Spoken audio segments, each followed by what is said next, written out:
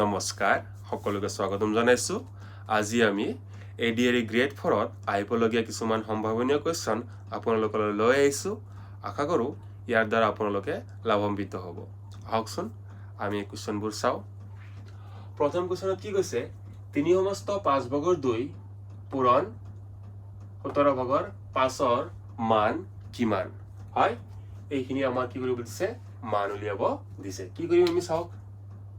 3 সমস্ত 5 ভাগৰ 2 ইনটু 5/17 হয়। এইটো কি হয়? আমাৰ মিশ্ৰ ভগ্নাংশত আছে। হয়, মিশ্ৰ ভগ্নাংশ কেনেকৈ ভাঙিব লাগে আমি জানো। মিশ্ৰ ভগ্নাংশ ভাঙিবলৈ কি কৰিব লাগে? হৰটো হৰৰ জাগাত হৰে দিম। আমি কিন্তু 5ৰ জাগাত 5 লিখিম। হয়, ওপৰত কি লিখিম? ওপৰত লিখিম ইয়াৰ লগত ইয়াক কি কৰিম? আমি পূৰণ কৰিম আৰু ইয়াৰ যিখিনি পাম তাৰ লগত কি কৰিম? ইয়াক যোগ কৰিম। মানে কিমান হ'ব? 3 × 5 + 2 যেটো আমাৰ গোটাকে থাকিব তাৰ লগত আমি কি হৰক কি কৰিম? পূৰণ কৰিম। তাৰ পিছত পূৰণ কৰি যিখিনি পাম তাৰ লগত আমি কি কৰিম? ওপৰত থকা লবটোক যোগ কৰি দিম। ইনটু কিমান আছে আমাৰ? 5/17 হল। ওপৰত কিমান পালো? 3 × 5 = 15 যোগ 2 কিমান পালো? আমি 17 আৰু তলত কিমান পালো? আমি 5 হল। কিমান পালো? 17/5 আৰু এটো কিমান আছে আমাৰ? 5/17 সব 5 কাটিলে এবাৰ, 5 কাটিলে এবাৰ, 17 কাটিলে এবাৰ, 17 কাটিলে এবাৰ, থাকিল কিমান? 1 1 * 1 1 1 * 1 আমাৰ কিমান থাকিল? 1/1 आंसर কিমান হলগৈ আমাৰ? 1 সো 1 নম্বৰ উত্তৰৰ आंसर হল 1। ইয়াৰ পিছৰ কোৱেশ্চনটো চাব। তলৰ কোনটো ভগ্নাংশ আটাইতকৈ সৰু? হয়, সুধিছে যে তলত থকা ভগ্নাংশ কেইটাৰ আটাইতকৈ সৰু কোনটো? হল কেনেকৈ চাব? চাব যেতিয়া আমি চাব লববোৰ একেই আছে। আটাইকেইটাত কি আছে? লব আটাইকেইটাত কি আছে? একেই আছে, কিন্তু হৰবোৰ কি আছে? বেলেগ বেলেগ আছে। লব কি আছে? 2 2 2 2, হৰবোৰ কি আছে? 3 4 5 6। যেতিয়া চাব যেতিয়া আমাৰ লব ওপৰত যিটো থাকে তাক কি বুলি কওঁ? লব। যেতিয়া আমাৰ লববোৰ কি থাকে? সদায় যেতিয়া লববোৰ সমান থাকিব আৰু আমাৰ হৰবোৰ বেলেগ বেলেগ গৈ থাকিব তেতিয়া আমি চাবলৈ হলে আমি কি বিচাৰিব লাগে? আটাইতকৈ সৰু। আটাইতকৈ সৰু কেনেকৈ বিচাৰিম? আটাইতকৈ সৰু বিচাৰিবলৈ হলে আমি চাব লাগিব তলত সবতকৈ ডাঙৰ থকাটো। যিহেতু আমাৰ লববোৰ কি আছিলে? লববোৰ কি আছিলে? লববোৰ সমান আছিলে আটাইকেইটাত। হল আমি এতিয়া আটাইতকৈ সৰু বিচাৰিবলৈ হলে হৰ সবতকৈ ডাঙৰ থকাটোহে বিচাৰিব লাগিব। হল সব কি গম পালো? ইয়াত থকা আটাইতকৈ সৰু আমাৰ ভগ্নাংশটো হল 2/6 হল। এটো আমাৰ 2 নম্বৰটো উত্তৰটো হল 2/6 হল। 3 নম্বৰ কোৱেশ্চনটো চাওক। প্ৰথম 5টা পূৰ্ণ সংখ্যাৰ গড় মান হল। কি ৰব দিছে আমাক? গড় মান। প্ৰথম 5টা পূৰ্ণ সংখ্যাৰ। পূৰ্ণ সংখ্যা কাক কয় জানেনে? পূৰ্ণ সংখ্যা হল 0ৰ পৰা আৰম্ভ হোৱা আৰু আটাইবোৰ স্বাভাৱিক সংখ্যাক আমি কি বুলি কওঁ? পূৰ্ণ সংখ্যা। হয়নে? কি কৈছে? প্ৰথম 5টা পূৰ্ণ সংখ্যা। পূৰ্ণ সংখ্যা কাক কয়? আমি চাই লওঁ। চাওক পূৰ্ণ সংখ্যা কাক কয়? পূৰ্ণ সংখ্যা কি আছিলে? 0 1 2 3 4 5 6 এনেকৈ গৈ থাকিব। অসীমলৈকে আমাৰ কি থাকে? পূৰ্ণ সংখ্যা থাকিব। হল আমাক কৈছে কি? প্ৰথম 5টা পূৰ্ণ সংখ্যা। প্ৰথম 5টা কোনটো? এটা এইকেইটা হল আমাৰ প্ৰথম 5টা। 5টো কিন্তু নালাগে আমাৰ, যিহেতু আমাৰ 0ৰ পৰা আমাৰ কি হয়? পূৰ্ণ সংখ্যাৰ আৰম্ভণি হয়। যদি আমাক প্ৰথম 5টা বুলি কয় আমি কি কৰিব লাগিব? 0ৰ পৰা লবলৈ চেষ্টা কৰিব লাগিব। 1 2 3 4 5 এই প্ৰথম 5টা ললো। আমাক কি কৈছে? প্ৰথম 5টাৰ গড় মান। গড় মান উলিয়াবলৈ কি কৰিব লাগে? যিকেইটা যোগ কৰিছে সেইকেইটাকে আমি কি কৰিব লাগিব? সেই যেকেইটা কেইটা যোগ কৰিলে? 1 2 3 4 5 0 1 2 3 4 হল। টোটাল কেইটা আছে? 1 2 3 4 5টা। আমি 5ৰে হৰণ কৰিম। ইয়াৰ পৰা আমাৰ গড় মান ওলাই যাব। চাব যোগ কৰক। 1 2 3 3 3 6 6 3 6 4 10 আৰু তলত কি থাকিল? 5 চাওক 5ৰে কাটিলে এবাৰ, 5ৰে কাটিলে দুইবাৰ, থাকিল কিমান গৈ আমাৰ? 2। মানে প্ৰথম 5টা পূৰ্ণ সংখ্যা গড় মান হল কিমান 2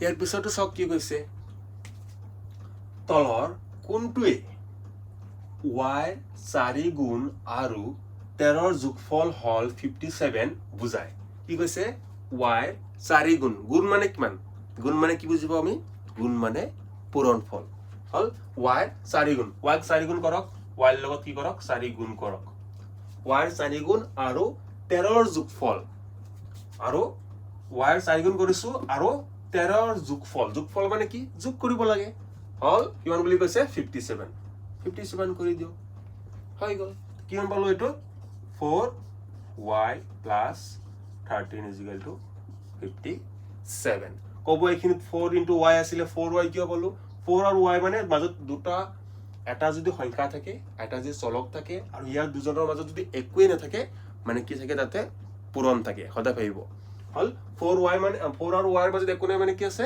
সদায় পূৰণ থাকিব y into 4 আমি কি লিখিব পাৰো 4y plus 13 is equal to 57 কি কৈছিল এখিনিত y ৰ 4 গুণ y ক 4 গুণ কৰিছিল 4 গুণ মানে কি 1 গুণ 1 1 2 গুণ 2 আমি পঢ়িছো হয়নে y ৰ 4 গুণ y ৰ লগত কি কৰিছো আমি 4 পূৰণ কৰিছো আৰু কি কৈছে আৰু 13ৰ যোগফল y ৰ 4 গুণ আৰু 13 এই দুটা বস্তুৰ কি বুলি কৈছে যোগফল y ৰ 4 গুণৰ লগত আমি 13 কি কৰিছো যোগফল কৰিছো যোগফল কিমান হয় বুলি কৈছে 57 হেকিনে সমান কিমান দিছো 57 সো এনেকুৱা আছে নে আমাৰ উত্তৰত 4y plus 13 is equal to 57 আমাৰ বি নম্বৰ আনসাৰটো শুদ্ধ 5 নম্বৰ কোৱেশ্চনটো চাওক কি কৈছে এমৰ 2 পঞ্চমাংশ কি বুলি কৈছে 2 পঞ্চমাংশ এইখিনি বস্তু অলপ মন কৰিব লগিয়া 2 পঞ্চমাংশ এমৰ 2 পঞ্চমাংশ 10তকৈ 5 বেছি এমৰ 2 পঞ্চমাংশ অনু বাৰো কি জানে নে 2 পঞ্চমাংশ জানে নে না জানে চাওক 2 পঞ্চমাংশ 2 আৰু পঞ্চমাংশ সব পঞ্চম মানে কি জানে সবে পঞ্চম মানে 5